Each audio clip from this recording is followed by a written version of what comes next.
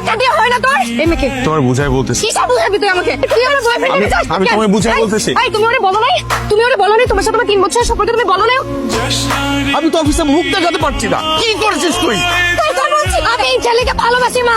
এই ছেলেকে ছাড়া আমি থাকতে পারবো না। এই ছেলের সাথে তোর কোনো ধরনের সম্পর্ক থাকা চলবে না। আমি এই ছেলেকে ছাড়া থাকতে পারবো না বাবা। আমি পারবো না।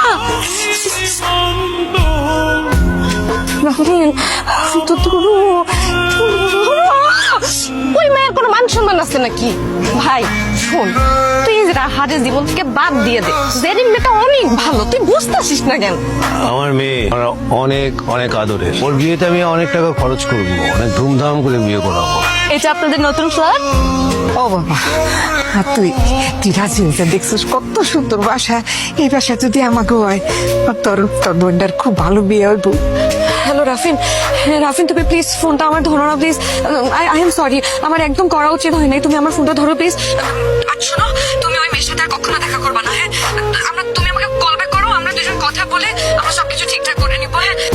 এই তুমি কে? রাফিন কই? এই রাফিন কই? রাফিন কই? আজকে রাফিন কই? রাফিন, এটা রাফিন এলো।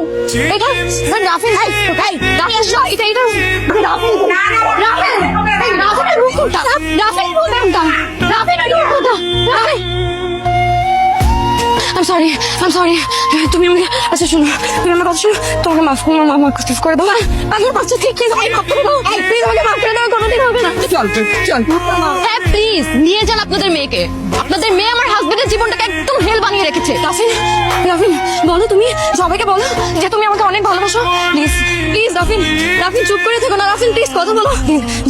জেরিন প্লিজ, তুমি কি করছো রাফিনকে আমি জানি না, কিন্তু রাফিন তোমার সাথে ভালো থাকবে না। রাফিন আমার সাথেই ভালো থাকবে, ও আমাকে ভালোবাসে। আমার বোনটা পঙ্গু, এই কারণে ওর বিয়ে হয় না। আবার যদি কেউ ওকে বিয়ে করতে রাজি হয় তাহলে মোটা অঙ্কের টাকা চাই যৌতুক হিসেবে। রাফিন, আমি না এই বিয়েটা করলে আমার বোনের বিয়েটা হয়ে যাবে। আমার বাবা বছরের পর বছর মৃত্যুর সাথে যুদ্ধ করতেছে, চিকিৎসার অভাবে, টাকার অভাবে। আমি যদি আজকে এই বিয়েটা করি তাহলে আমার বাবার অপারেশন হবে সিঙ্গাপুরে। আমার পরিবারের এই শহরে মাথা গোজার কোনো ঠাঁই নাই। আমি যদি আজকে এই বিয়েটা করি তাহলে তারা নিজেদের ফ্ল্যাটে থাকতে পারবে।